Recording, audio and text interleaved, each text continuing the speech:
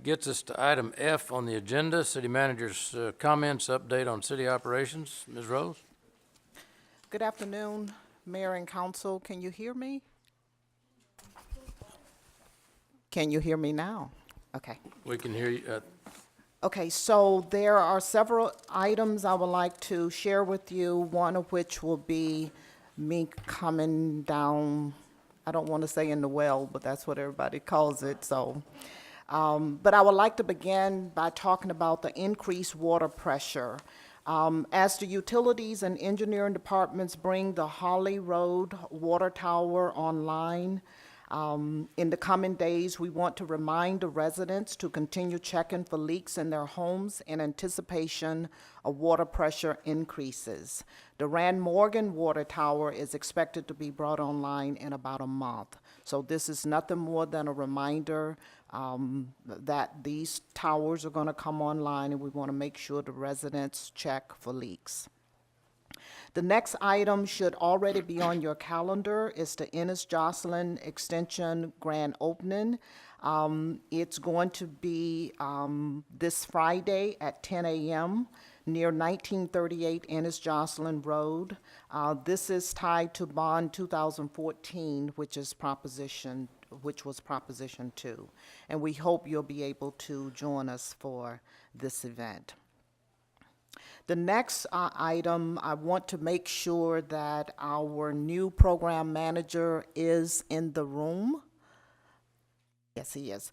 I wanted to, I think that we're all very glad to see our new Animal Care Services Program Manager.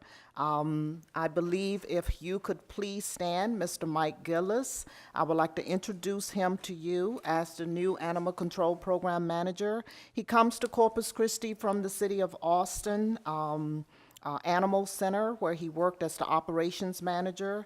He supervised 109 full-time employees, including animal care officers, animal behavior team, veterinarian services, and 800 volunteers. Mr. Gillis is originally from Boston and served 20 years in the U.S. Marine Corps. He is the proud owner of 3 shelter dogs. Please join me in welcoming Mr. Mike Gillis to the city of Corpus Christi.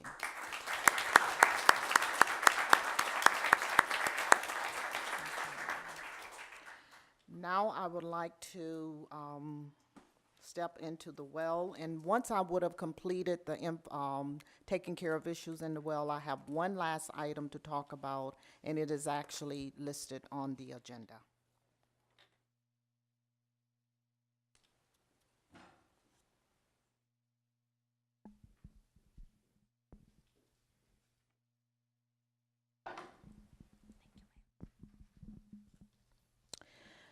Okay, so Mayor and Council, we would like to recognize the Police Officer of the Year, which is Senior Officer Samantha Baldwin. If you could please come down.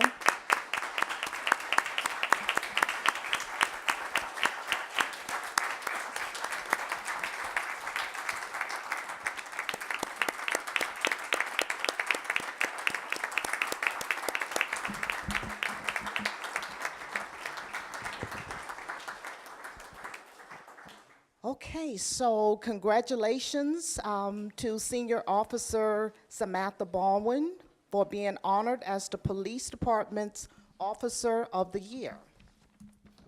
Samantha has been with the city for almost 7 years and is recognized for the exceptional work she has been doing in DWI enforcement. Senior Baldwin has also been recognized by the Kiwanis Club as their 2018 Officer of the Year. So, Senior Officer Baldwin, congratulations again.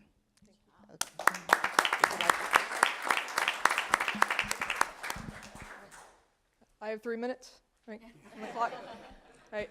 I just want to say, well, we can't do the job without the support of the city council, the mayor, the city manager, and the citizens. I mean, we're out here to support you guys, and we appreciate the fact that you recognize our hard work as well.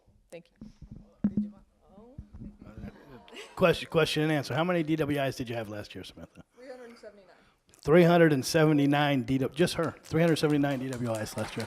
This is a prolific problem in our city, and Samantha has made it her mission to put an end to it. So thank you for all you do. You're a great representative of our police department and city. Don't leave yet. We want to take, we would like council to join us in the picture.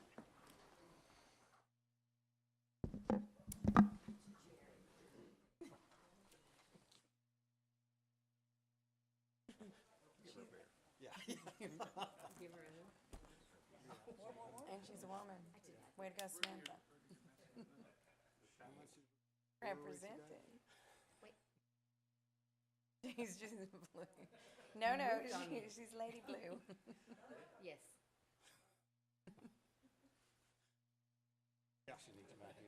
Yes, I got some heels ringing. Make you a foot taller.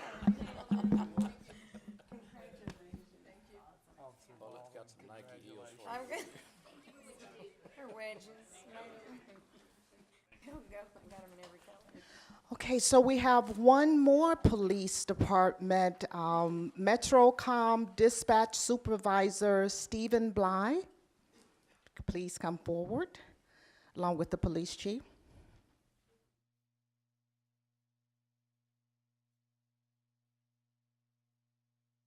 So while they're both coming forward, Supervisor Bly was recently recognized for saving the life of a resident. Hi. Okay. So Stephen's training and knowledge were put into action when he answered a 911 call in April for a person having a seizure.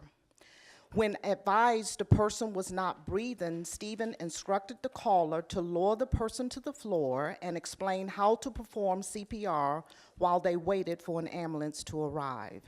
After more than 20 compressions, the unconscious person began breathing. Stephen, please accept our gratitude for your heroic efforts on this day and every day as an emergency responder. Thank you so much.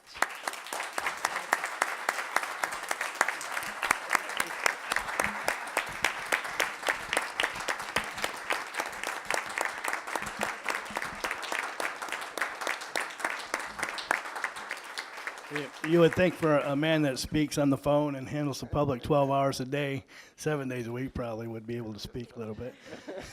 Stephen does.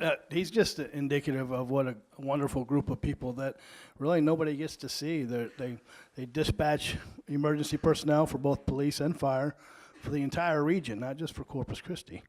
And they do such a terrific job. They're really unsung heroes, and we're very proud of you, Steve. He's also a supervisor. He's a very good supervisor. So we appreciate all you do. Thank you, sir. We're going to take a quick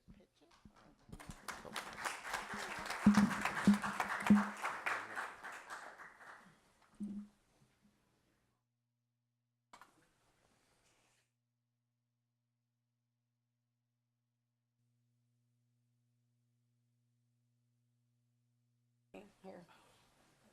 Put in my cover, anybody know? What are we, wait, hang on. Well, because you're right behind me. She couldn't see me. She can't see me. Move that way. Scoot over. We'll get you a stool, Paulette. Yeah. A higher heel. Yeah, you missed your 4 A inches. higher heel. Okay, great. Thanks. Oh, thank you. Awesome job, man. Love it. Thanks, sir. Congratulations.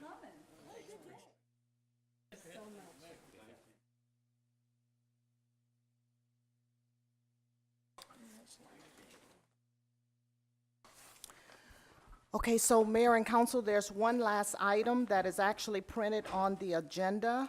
As you may recall, during a recent council meeting, the mayor requested that something be placed on the council agenda for this day, the May 15th, to be able to talk about the request for qualifications process as it relates to the program manager in association with the wastewater issue. So what I wanted to just kind of share with you is to give you a quick overview of what has transpired since you have had several presentations regarding this issue, and you've also given staff direction in this regard. As you may recall, back in 2017, June and July, staff provided you various presentations regarding the whole public-private partnership. But more specifically, in February of this year, we had our financial advisor provide a presentation regarding the P3 approach. And it is at that meeting that you requested that we move forward in going after requests for qualifications for a program manager. And staff has since moved in that direction.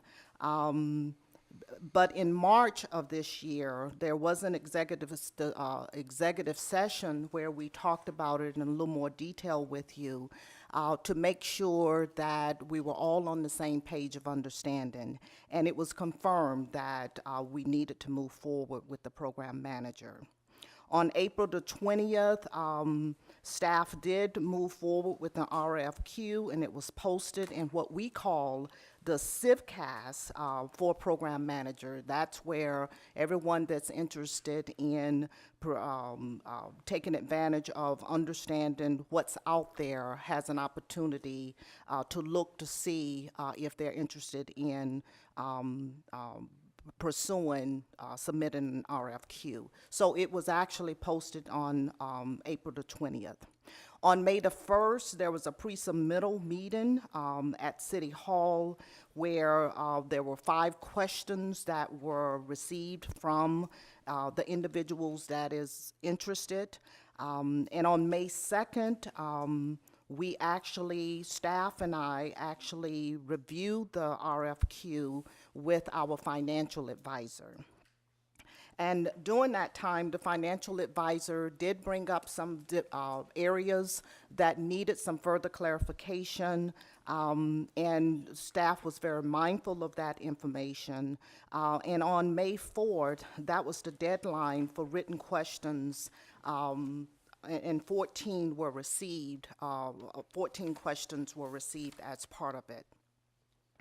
On May the 11th, we posted in this CivCast an addendum, which answered 19 questions in reference to some of the issues that needed resolution. And it did address some of the comments that had been provided by our financial advisor, and the questions that have been raised for future action. So on May 18th, which is very soon, is the deadline for the RFQs. And on June 8th, there will be notification of a short list respondents. Sometime between June 25th and 29th, there could potentially be respondent interviews. And as I have indicated to the mayor, I do believe that as we go through the review of these RFQs, I really do believe that this is a great time for us to keep our financial advisor engaged in this process, because this is a bigger issue.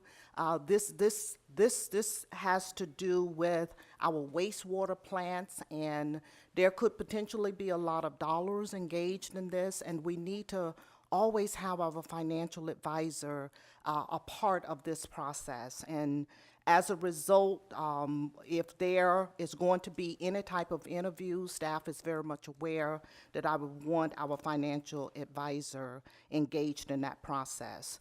After they would have, if there are going to be interviews, they would occur between the June 25th and June 29th time period.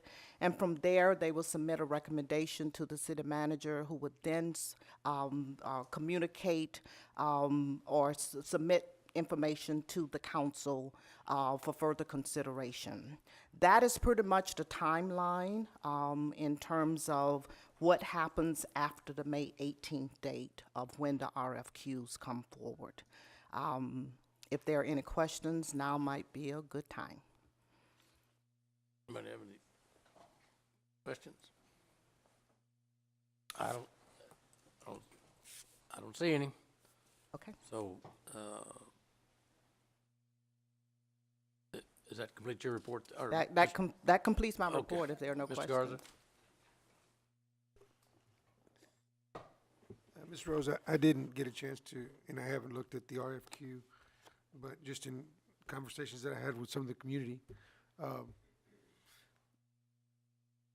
the concern that I have right now, are we looking, when we're looking at the RFQs, and is there any criteria or any importance being put on any kind of private-public partnership experience versus just hiring another or a program manager that might be more staff augmented related?